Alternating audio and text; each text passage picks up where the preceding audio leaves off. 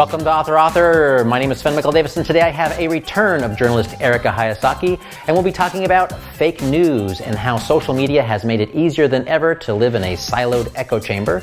And we talk about possible solutions for this problem. So here we go. The biggest elephant in the room with journalism to me right now is fake news. Oh. And obviously, these days, it's so amazing to me because with technology, it's possible now to completely silo yourself into just receiving the information you want to get. Yeah, we talk about that a lot. Yeah. And my personal feeling is maybe we should mandate education from grades 5 through 7 nationally to learn how to think critically and figure out how to find evidence and facts. We should educate everyone on that. I think that's a good idea. But I would love to know, as a journalist, how you think we could solve this problem.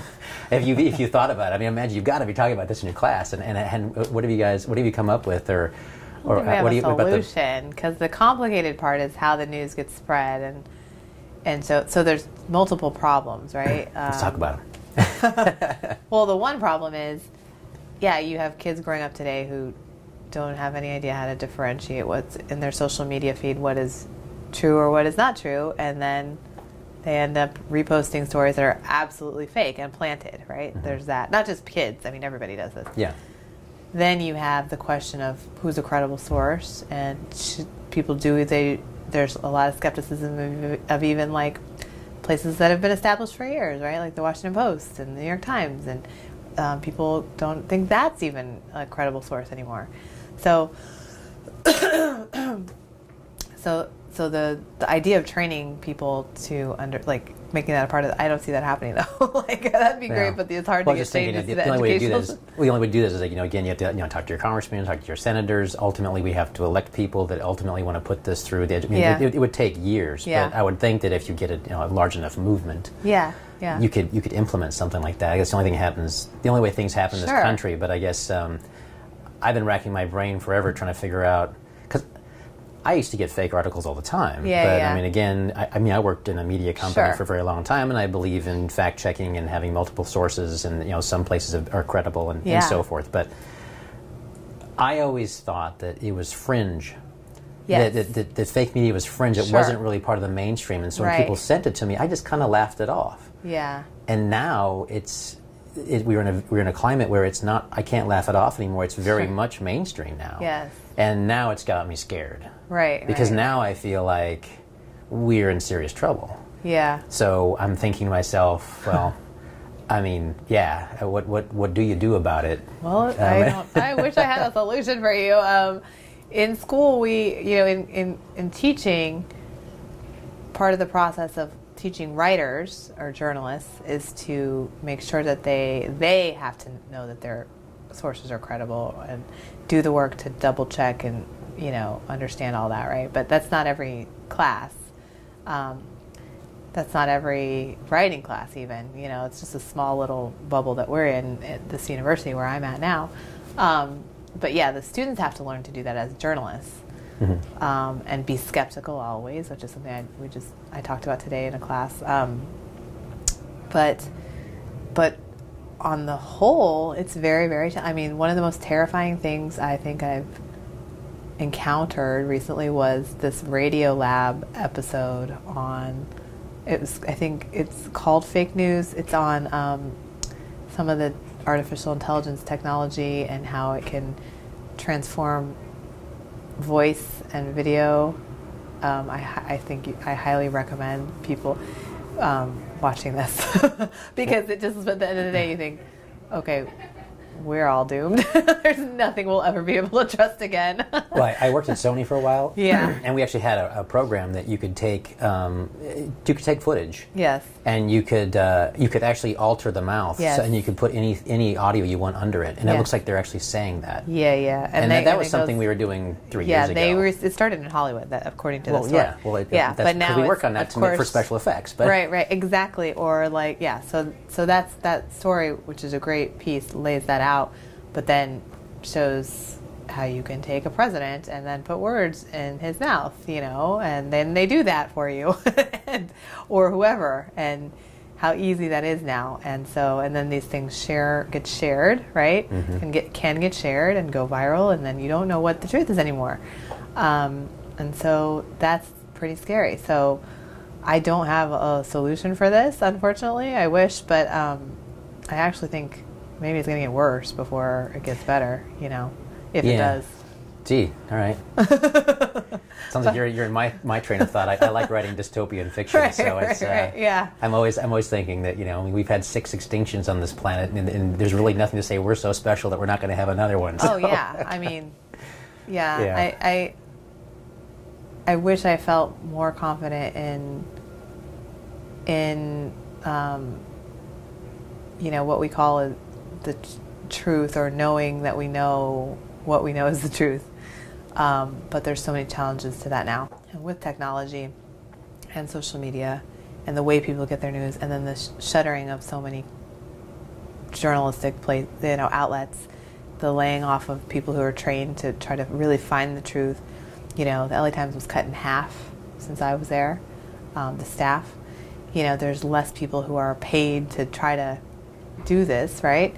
Yeah. And then you log on to social media and you can just pretty much be in your own echo chamber, and you don't even have to go beyond that. And a lot of people who are young, especially, that's where they get their news: Twitter, Facebook, whatever. So that's what's changed since I left newspapers, and it doesn't seem to be reversing course at all anytime soon. In fact, it's only getting more complicated and scary, and then we find out that stories have been planted and the effects that they could have. All of this is terrifying.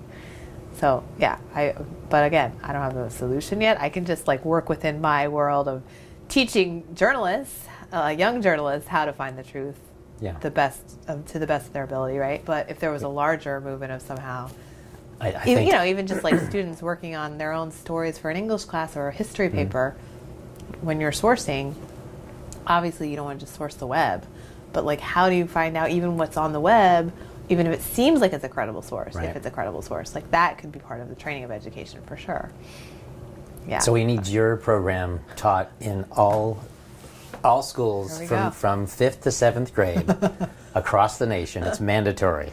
I know. Well, let's see how that goes. if math is mandatory and English is mandatory, this must be mandatory. Checking. Yes, fact check and skepticism. Fact checking and skepticism. Yes. That would be hard to do, but that would be it's crucial for survival. Yeah, I mean, you frame it that way. Yeah, no, I agree. Yeah, I agree with that part, because when we start following, there's just a lot of things that could happen that would be terrifying if we let it go too far.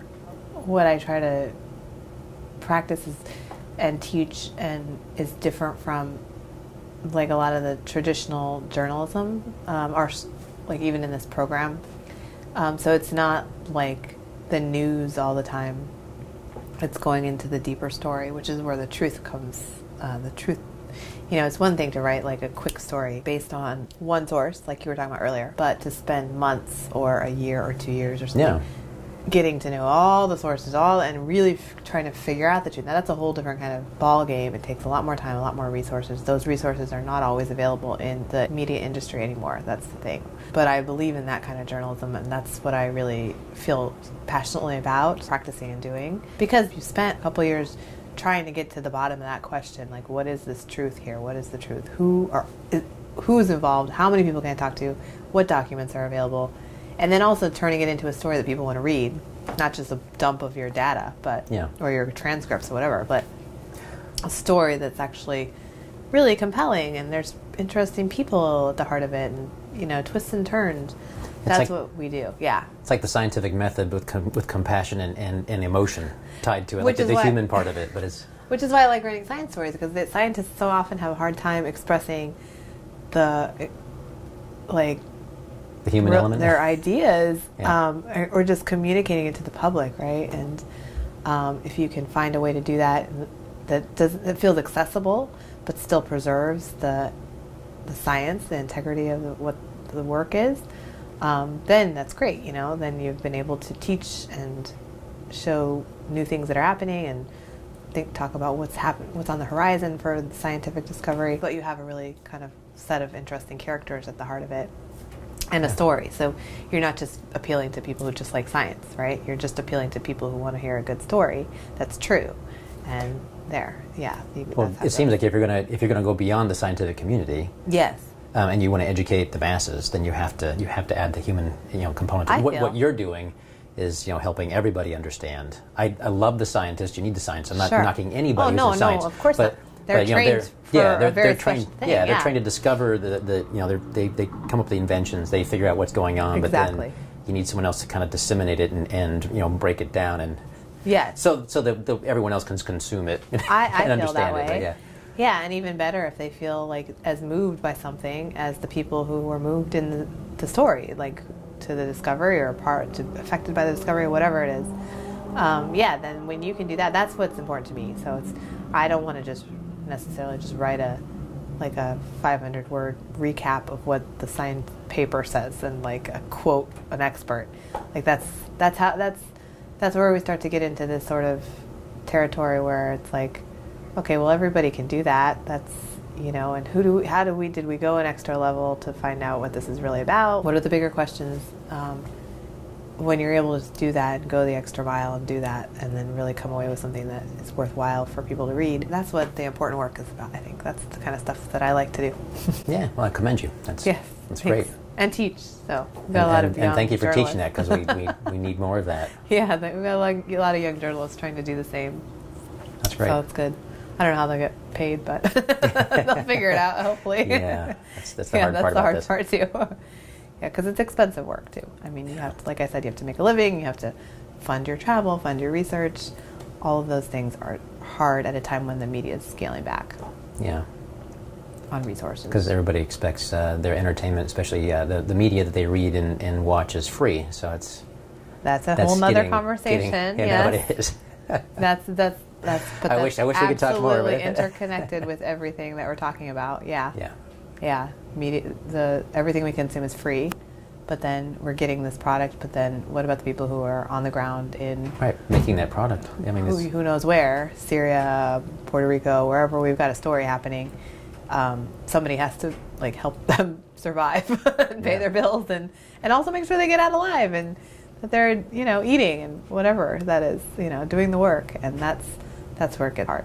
The Death Class is a work of narrative nonfiction. It's a story that I encountered when I was a reporter at the LA Times. I met a professor at a university in New Jersey, Kane University, and she taught a class on death in the middle of the cemetery and in the morgue and in maximum security prisons, and she would bring her students into the crematorium and all of these very interesting, unusual places to hold a class. They tackled issues of death and dying, and she also attracted a lot of students who were dealing with their own encounters with death and thoughts about mortality. And in the end, they end up learning some lessons about life. Please subscribe so my dad can make more videos like this. Thank you.